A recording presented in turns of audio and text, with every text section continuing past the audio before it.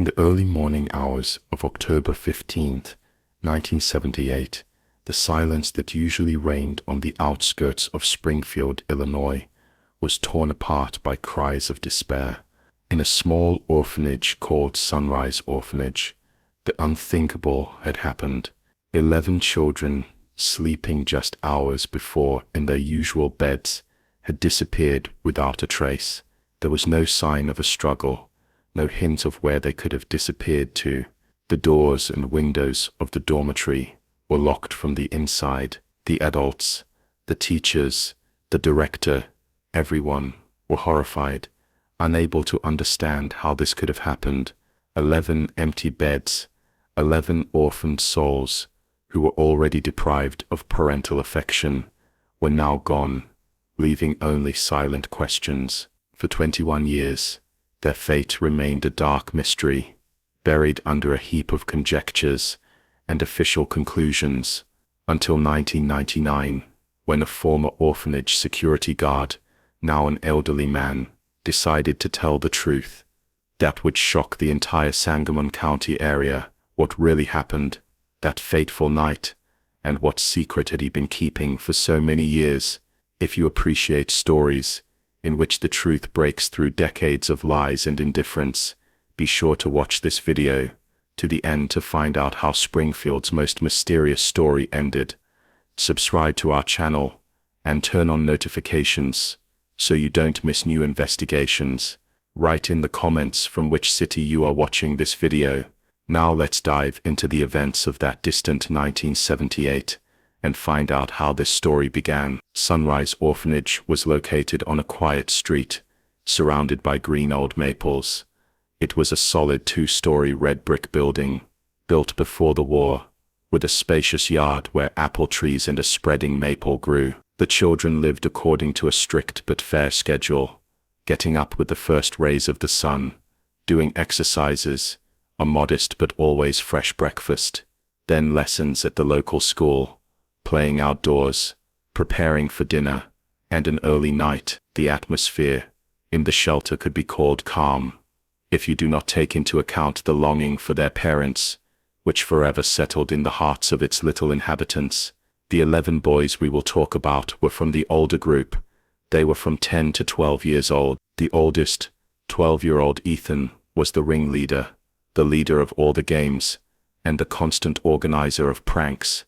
His best friend Daniel was always by his side, a quiet and thoughtful boy who dreamed of becoming an astronaut. There were also twin brothers Jacob and Michael, always inseparable and always whispering something to each other.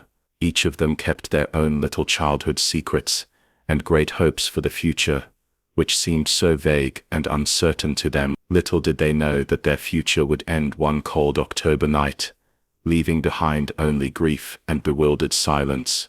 The evening of that October 14th was no different from hundreds of other evenings at Sunrise Orphanage. The sun was setting, painting the sky over Springfield in crimson and gold hues. After a hearty dinner of pasta with meatballs and dried fruit, compote, the children went off to their own activities.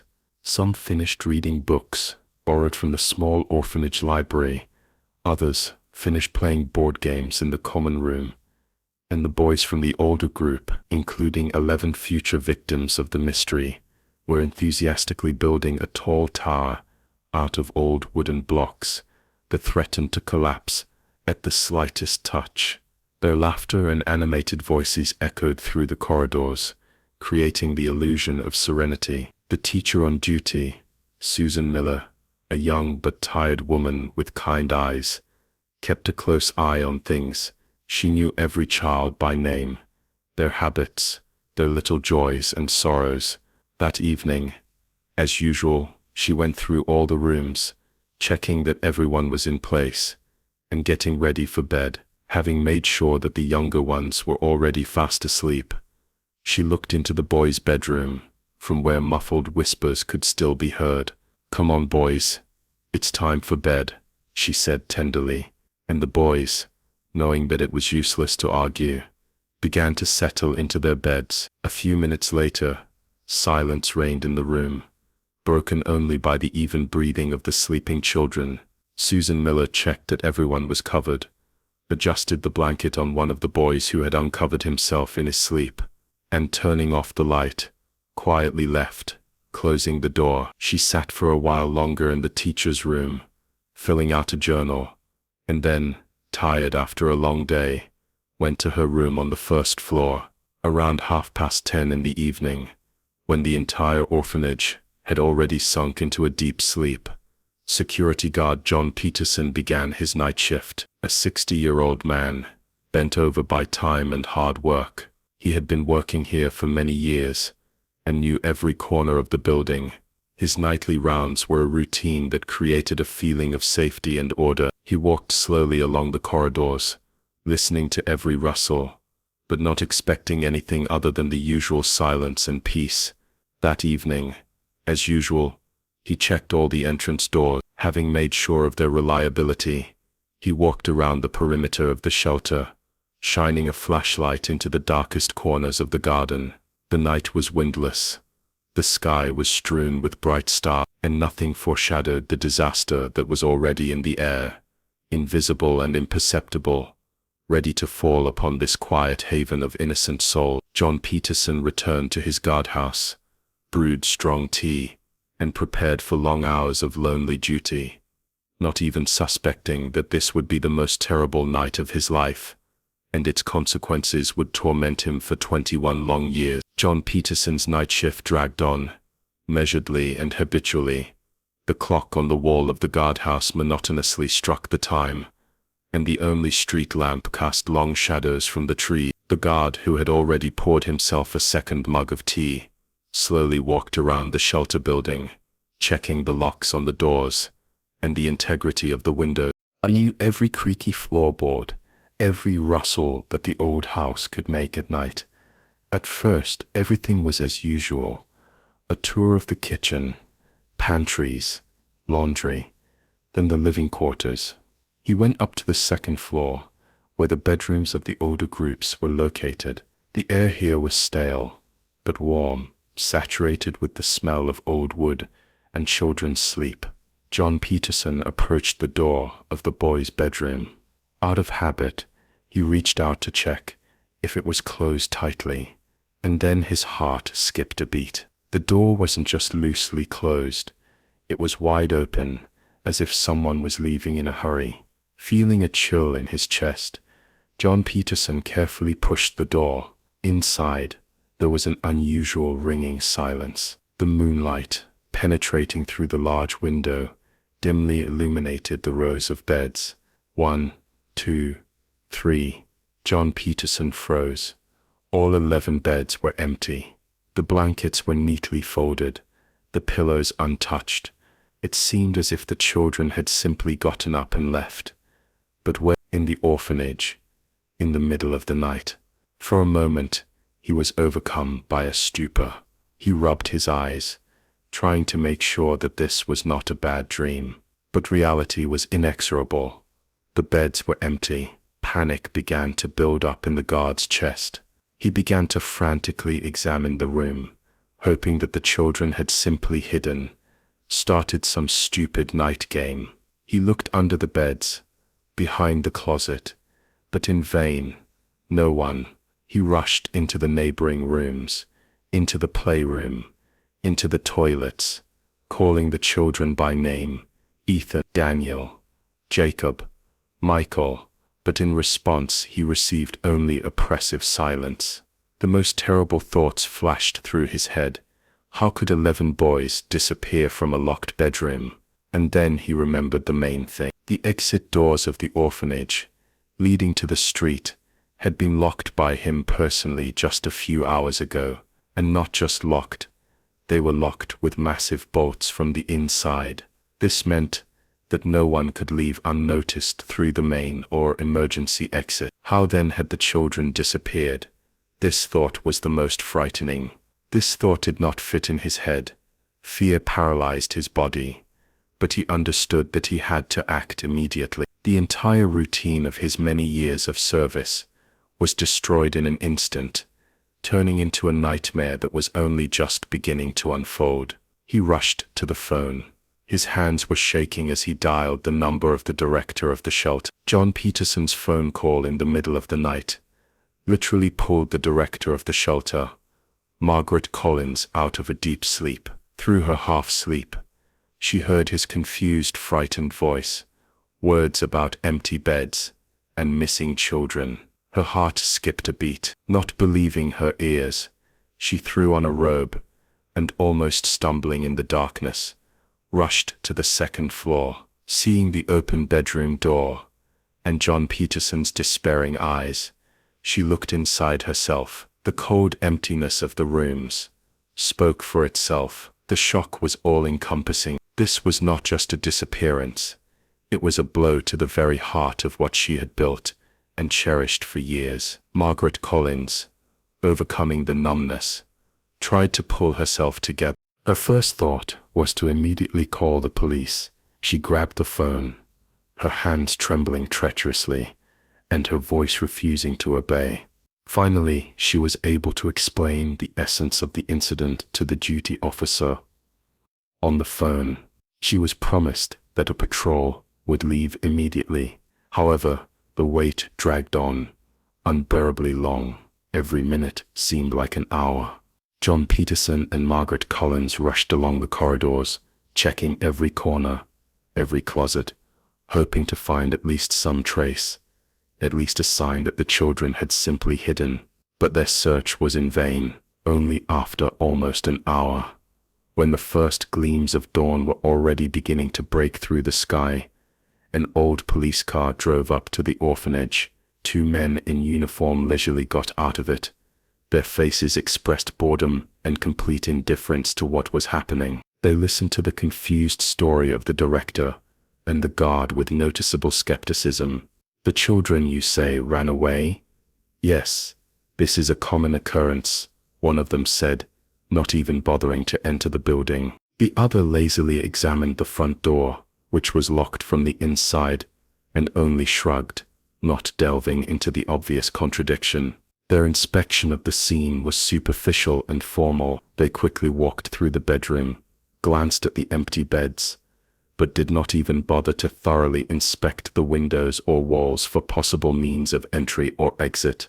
All their questions boiled down to whether the children had a tendency to run away, and why they had not been noticed before. Such indifference and incompetence of the police only increased the despair of the director and the security guard, leaving them alone with a monstrous mystery and the realization that they could not count on quick help. The coming day promised to be the most terrible in their lives, and this was only the beginning.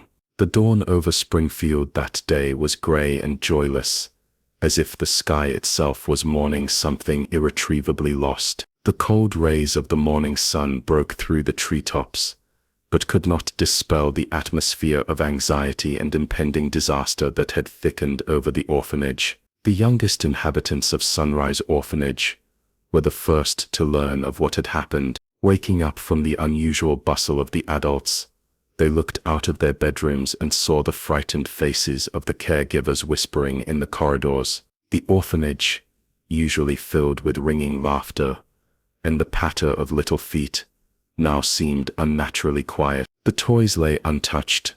The swings in the yard were empty. The absence was especially acute for those who lived next door to the missing boys. 10-year-old Emily, a friend of one of the girls who slept in the next room, always woke up before everyone else. That morning, she noticed that the door to the older boy's bedroom was wide open, and that the usual morning noise was not coming from there. Usually that was where the entire second floor would wake up.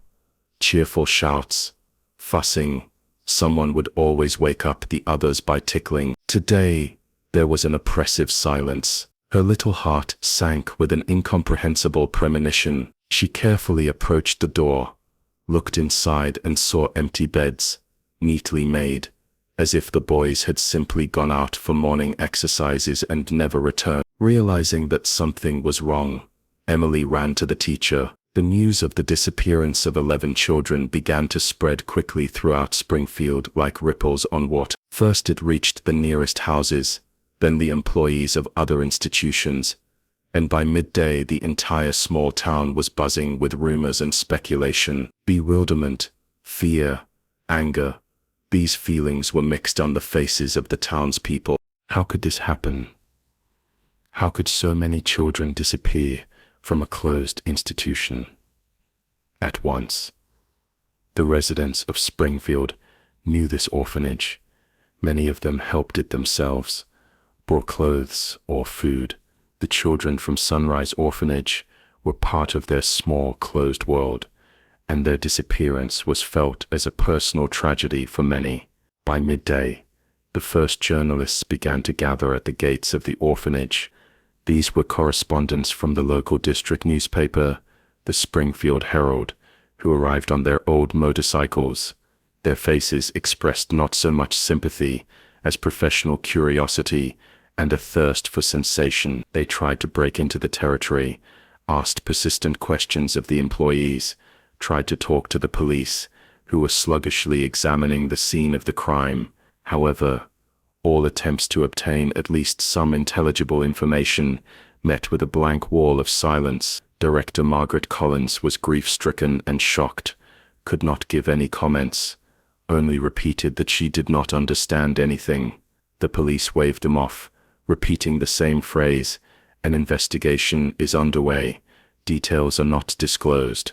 The atmosphere in the shelter was heavy. The remaining children, although they tried to explain to them that their friends had simply left, felt that something was wrong. They stopped playing. Their voices fell silent.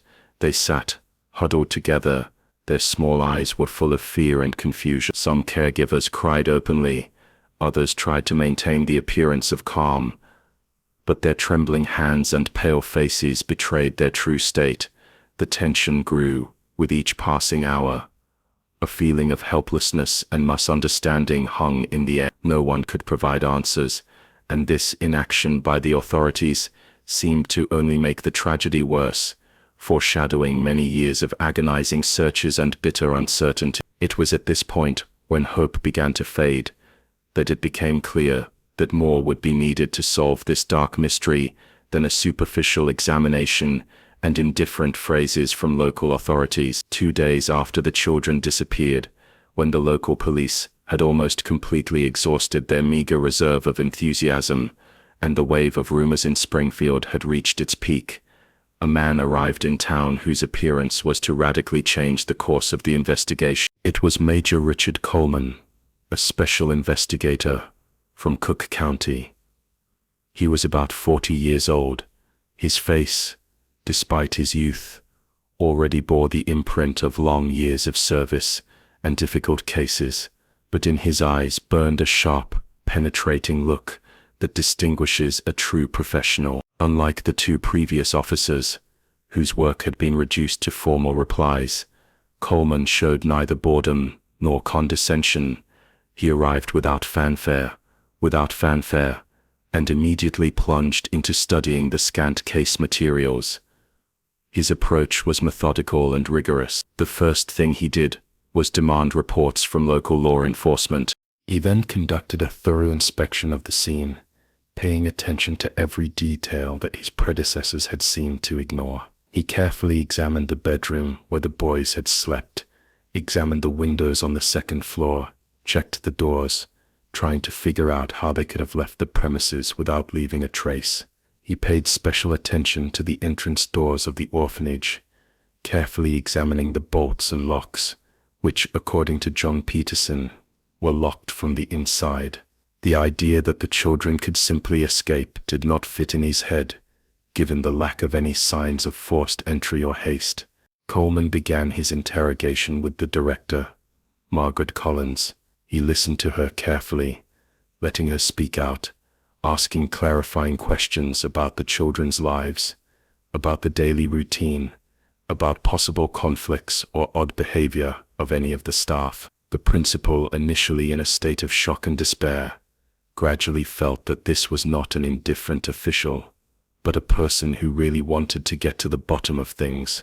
Then it was the turn of the teachers. Coleman questioned Susan Miller in detail about the last evening, about how the children were put to bed, about what she saw and heard before going to bed. His questions were clear and to the point. He noticed the smallest details that might seem insignificant at first glance, but for an experienced investigator they could become the key to solving the mystery. However, the longest and most detailed interrogation was of the security guard John Peterson. Coleman carefully questioned him about every step that night, about the time of rounds, about the state of doors and windows, about even the most insignificant sound or shadow that could attract his attention. John Peterson, despite his age and shock, tried to remember every detail. His voice sometimes broke, but he felt that this man was his last hope. It was during this interrogation that the first inconsistencies began to emerge. John Peterson swore that all the entrance doors were bolted from the inside, which ruled out the possibility of entry from the outside or exit through them without the guard's knowledge. So how did the 11 boys disappear? Coleman felt that the case was much more complicated than a simple escape or an absurd accident. The lack of signs of forced entry, the complete silence surrounding the disappearance, and most importantly, the fact that the children disappeared from a building locked from the inside, pointed to a carefully planned and organized crime. This was not the work of a random person. It required preparation, knowledge of the orphanage's layout, and perhaps even accomplices inside.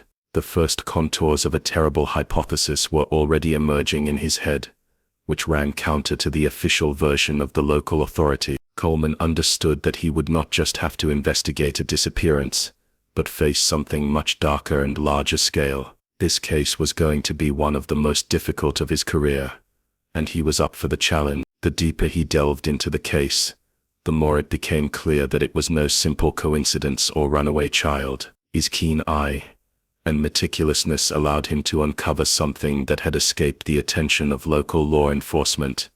A strange, almost inexplicable meeting between Principal Margaret Collins and a high-ranking official from the county education department, which had taken place just a few weeks before the tragedy. The information had come to light by chance from an old visitor's log kept by a security guard at the gate. The official, Edward Harrison, had visited the orphanage without an appointment, which was unusual in itself. Coleman questioned the principal closely about the visit, and immediately noticed a change in her demeanor. Margaret Collins, usually open and cooperative, had become noticeably nervous and evasive. Her answers were vague.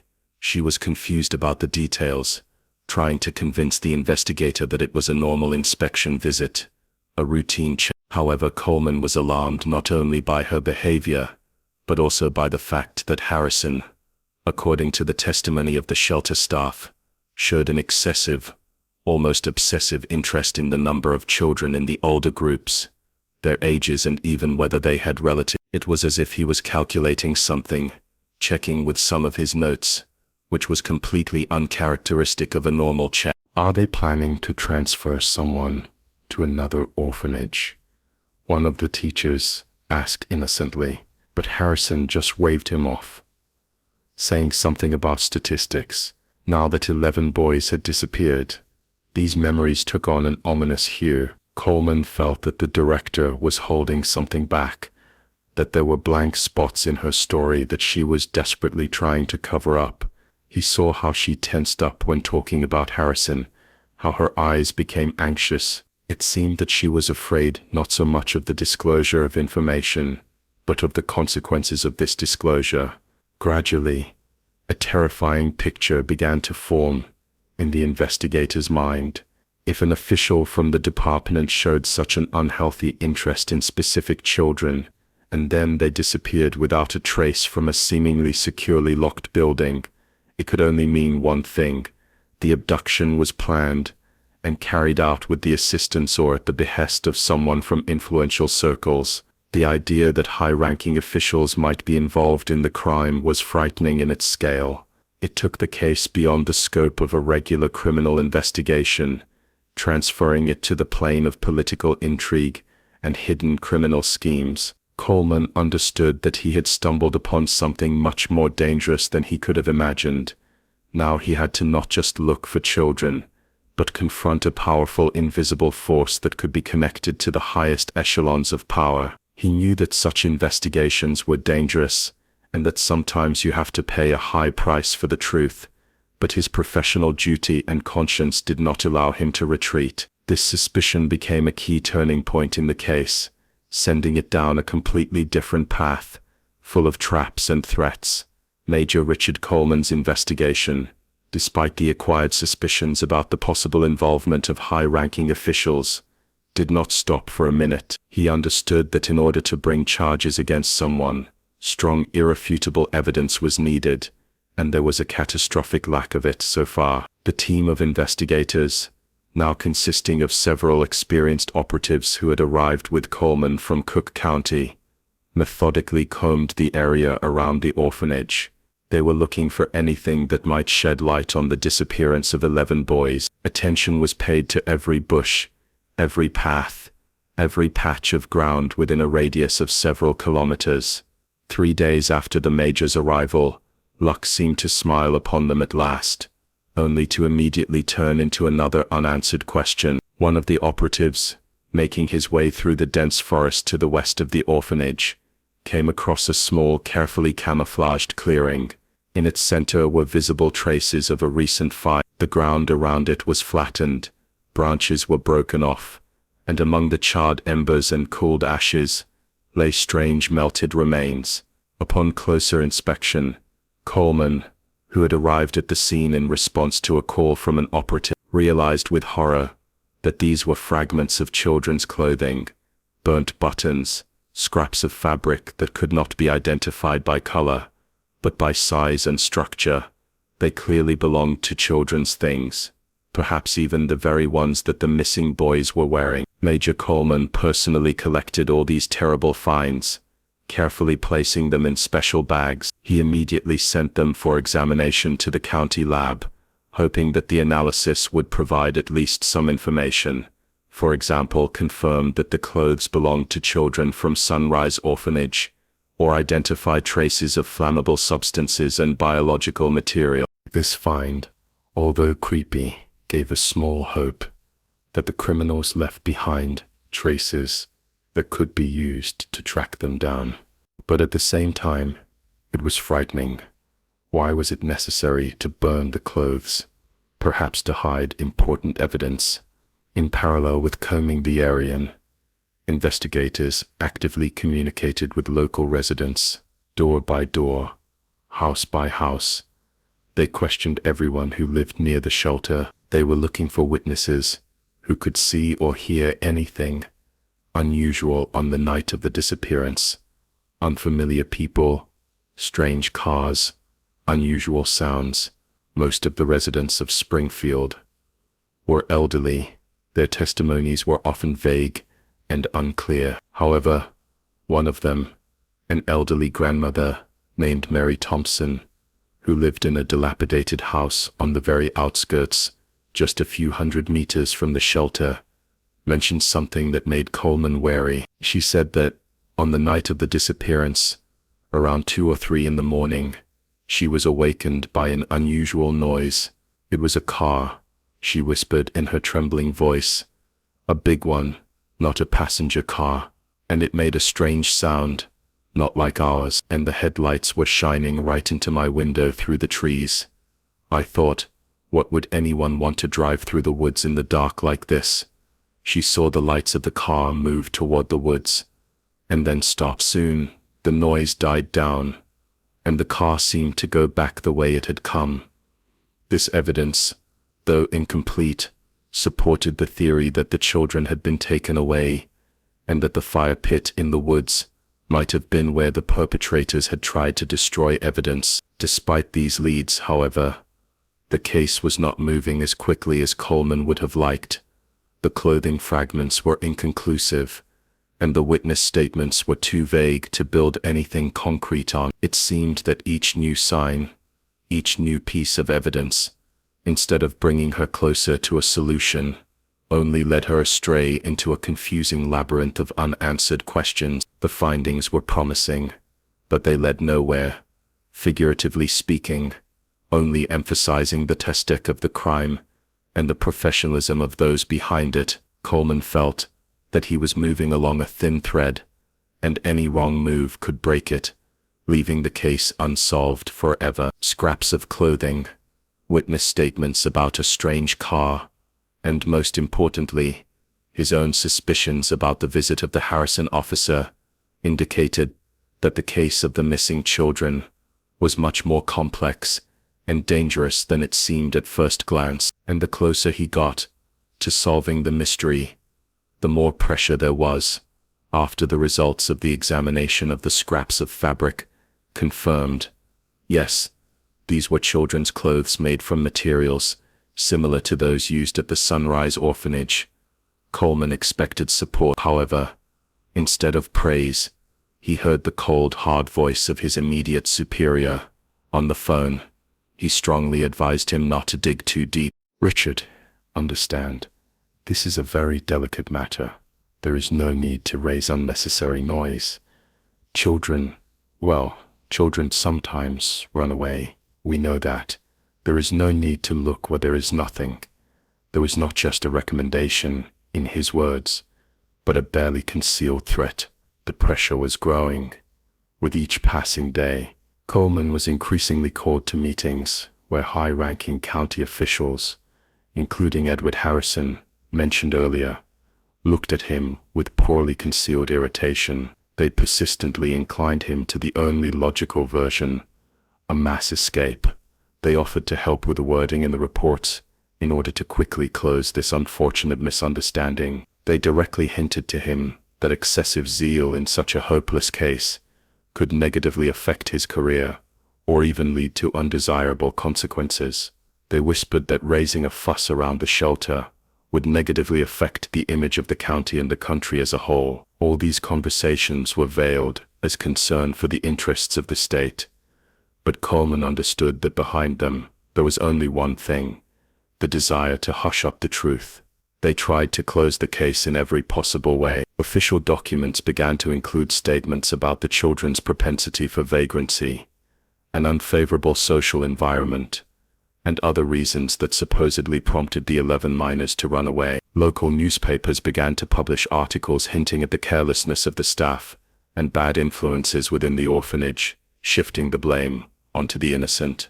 This was a blatant attempt at disinformation, aimed at calming the public and absolving themselves of any responsibility. Coleman was asked to sign a final report stating that all efforts to find the children had been unsuccessful and that they had most likely simply run away and gotten lost somewhere in the vast country. However, Major Richard Coleman had not only a keen mind, but also an unwavering sense of duty and justice. His career had seen difficult cases and threats, but he always put the truth above all else. He refused to comply. Every time he was offered to let the matter slide, he only clenched his jaw and continued his work, ignoring threats and goading. He understood that if he gave in, these 11 children would be buried forever under a layer of lies and indifference, and those who were behind their disappearance would remain unpunished. For him, this was a personal matter, his cross, and he was not going to give it up. Coleman knew that he was in for a tough fight, not only with criminals,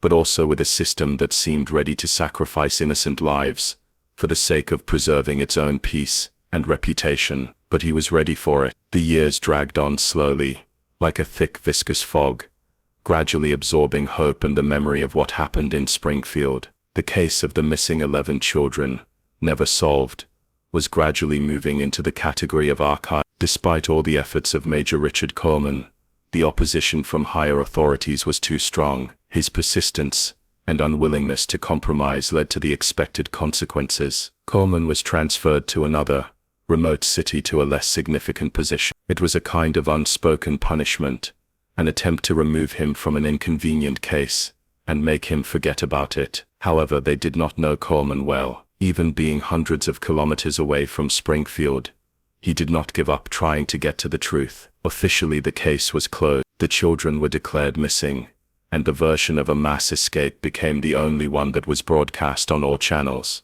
But deep down, Coleman knew that it was a lie. He continued to informally collect information, read old newspaper clippings, sometimes even called former colleagues, trying to find at least some new lead, at least some hint about the fate of 11 boys. His personal life suffered. His family did not understand his obsession, but he could not back down. The faces of those children, their empty beds, the indifference of the system, all this haunted him, turning into a heavy burden on his conscience. Meanwhile, life at Sunrise Orphanage went on. The orphanage gradually recovered from the shock, but the shadow of the tragedy remained forever within its walls. Director Margaret Collins, who suffered a nervous breakdown, soon retired, unable to bear to be in this place any longer, and the security guard John Peterson, who was the last to see the children that night, quit his job a few months after the incident. The weight of the secret he was keeping proved unbearable for him. The weight of the secret he was keeping proved unbearable for him. Nights ceased to be a time of peace. Insomnia became his constant companion. In his dreams, 11 children's faces looked at him with silent reproach, and his own silence seemed the most terrible crime. He tried to drown out the pangs of conscience. At first it was rare glasses of whiskey in the evenings. Then alcohol became his only salvation from obsessive thoughts and nightmares. His health deteriorated. He became withdrawn, avoiding communication with people. The rare neighbors who still looked in on him noted his changed appearance, a dull look, trembling hands, an unhealthy pallor. John Peterson knew that he had made an unforgivable mistake by not telling the truth right away. Fear for his own family, the threats he heard, forced him to remain silent, but this silence turned into a poison, slowly poisoning his existence. He was a prisoner of his secret, a living dead man, whose soul burned with an unbearable burden of guilt. No one in Springfield knew what exactly tormented the old guard. Everyone considered him simply a broken man, who was knocked down by tragedy. No one suspected that he was the bearer of a terrible truth that could change everything. So 21 years passed. Year after year, the hope that the children would be found faded. The case was forgotten, covered in the dust of the archives. But for John Peterson and Richard Coleman, time did not matter. One, suffering from the burden of a hidden secret, the other, trying to get to the bottom of it. They both lived in the shadow of those events that happened in October 1978. Peterson's secret was like an abscess that grew and grew, threatening to burst at any moment. And that moment, oddly enough, was approaching. 21 years is an entire era that has passed over Springfield since that terrible night. By 1999, John Peterson was already a very old man. He was over 80. His health had finally failed. A life full of hardships, and most importantly, constant internal tension, that did not let go of his mind for a minute. The doctors gave a disappointing verdict. Cancer, the last stage. He had only a few months left to live. Maybe 6 months if he was lucky. This news, paradoxically, became both a sentence and a liberation for him. The fear of death was strong, but the torment of conscience was much stronger. Over the years, the feeling of guilt, which he tried to drown out with alcohol and oblivion, only intensified, turning into unbearable pain. Each sleepless night, and there were most of them now, brought with it a vision. Empty beds, frightened faces of boys, his own numbness and cowardice. He saw himself standing at the door as they were led away. He heard the inaudible whispers and threats, felt the cold metal at his temple. Every time he closed his eyes, those 11 pairs of children's eyes appeared before him, full of the silent question, "Why were you silent?" He could no longer hide. He could not run from himself. Death seemed the only way to find peace. Peterson was cruel. One part of his mind, exhausted and weak, whispered to him that it was better to take the secret to the grave, to avoid shame, not to stir up the past, which would not change anything anyway. The other, still alive and burdened with an unbearable burden, demanded justice, albeit belated. It screamed that he must cleanse his soul, ease his conscience, give answers to those who had been waiting for them for decades. He remembered the faces of the mothers who came to the shelter after the disappearance, their eyes mad with grief. He remembered the director Margaret Collins, whose life was broken by this tragedy, and especially Major Richard Coleman, the only one who did not believe the official version and tried to fight, but was removed. John Peterson knew if he did not tell the truth now, it would be lost forever, and then his soul would never find peace. The thought of his imminent death gave him unexpected courage, freed him from the fear of threats and consequences. What did he have to lose now? He had already lost everything: health, peace, honor. There was only one thing left: to try to atone for his guilt, even if it happened on the threshold of death. He imagined how his words, like a spark, would rekindle the extinguished fire of the investigation, how they would open the way to those who were responsible for the fate of 11 innocent souls. This was his last chance, his only way out of the hell into which his life had turned. With a trembling hand, but with determination in his eyes, John Peterson reached for the old, dusty phone. He needed to find Richard Coleman. He had to tell him everything. The call from John Peterson caught Richard Coleman by surprise. 21 years of silence, 21 years of unsuccessful searches, and now, when hope was almost extinguished, a voice from the past. Coleman, already gray, with deep wrinkles on his face, did not immediately recognize the hoarse voice of the old guard. But when Peterson gave his name and stammered a few words about children and the truth, the major's heart sank. All these years he lived with this case. It became his personal pain, his unforgiven sin. He immediately agreed to a meeting, without asking unnecessary questions, feeling that this call was the key to the solution. They met in Coleman's small, nondescript apartment in Chicago. John Peterson was only a shadow of the strong man that the investigator remembered, exhausted, with a dull look, but in the depths of his eyes burned a determination that Coleman had never seen in them before. The old man sat down, breathing heavily, and after a short pause, having gathered his strength, began his story.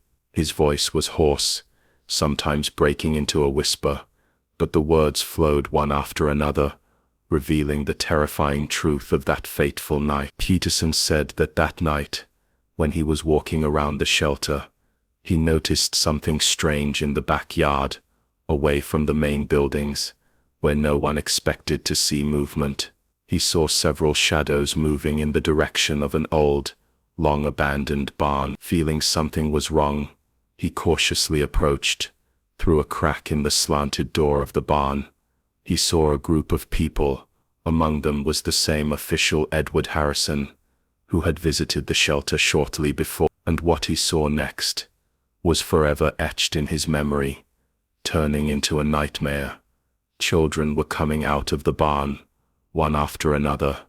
11 boys, the same ones who had been sleeping in their beds just a few hours ago. They were being led by the arms. Some were covered with something so that they would not scream, and the rest were walking scared and confused. Peterson realized that there was some secret passage in the barn that he, as a security guard, did not even know about. Perhaps an old underground tunnel leading outside the territory, or a loophole in the fence known only to the initiated. He wanted to shout something, to rush forward, but he was stopped. 2 strong men grabbed him, dragged him into the same barn, and began to threaten him. They knew about his family, about his only daughter and grandchildren, whose addresses were known thanks to that very official check.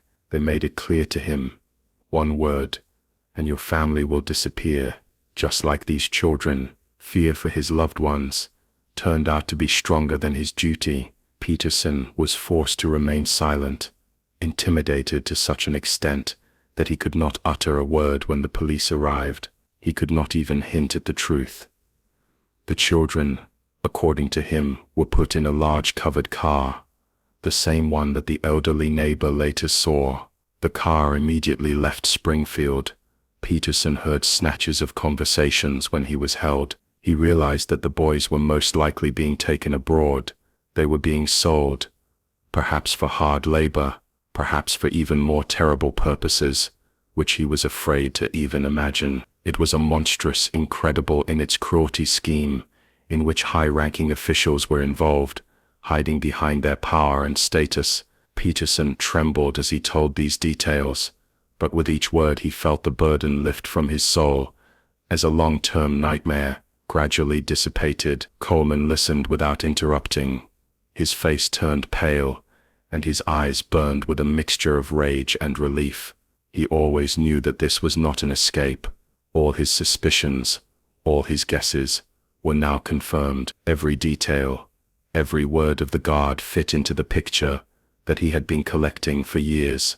The officer Harrison, his interest in the children, the strange circumstances of the disappearance, the pressure from above, all this now took on a terrible meaning. John Peterson's confession became the missing piece of the puzzle, opening the door to the truth that had been hidden for decades behind a veil of lies and fear. Now that he knew the truth, Coleman knew he had one last chance to restore justice. Peterson's confession, like a long-extinct volcano that suddenly erupted after many years of silence, became the impetus that set the wheels of justice in motion again. Richard Coleman immediately began to act. He had in his hands not just a testimony, but a confession of a dying man, the only truth. His many years of unofficial work, collected bit by bit, were now confirmed and turned into a powerful tool. The case was immediately reopened. Now, with specific names and facts, Coleman was able to put pressure on those who had previously tried to hush up the investigation. This time, he was armed, not only with his insight, but also with evidence that left no doubt. Information about a secret passage that led outside the orphanage, through a system of old underground communications, was confirmed. It was a disguised entrance, known only to a select few, through which the children were taken out. Then came the arrest. Official Edward Harrison, who had risen through the ranks and become even more influential over the years, was one of the first to be taken into custody. He denied his involvement to the very end, but the evidence collected by Coleman and the testimony of John Peterson, which was documented and certified, left Harrison no chance. His accomplices were soon arrested, the same strong men who held Peterson that terrible night, and other participants in a criminal scheme that had been kidnapping and selling children for many years. It turned out that the network was wide. It covered several states and had connections beyond the country's borders.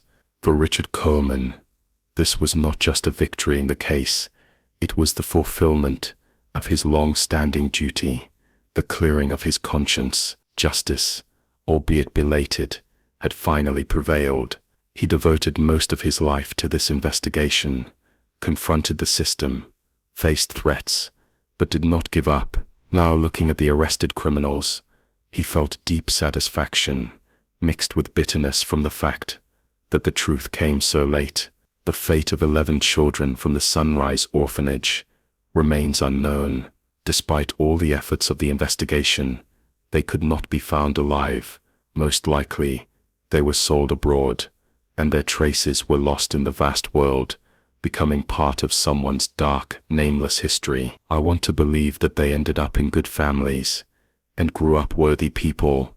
The story of John Peterson, who died shortly after his confession, became not just a chapter in a criminal case, but a bitter warning. His confession showed how fear and cowardice can break a person, forcing him to remain silent in the face of evil. But at the same time, it became a powerful testimony that even after decades, the voice of conscience can break through the veil of silence. His story will forever remain a lesson that silence, especially when it comes to the fate of the innocent, can be as grave a crime as the crime itself.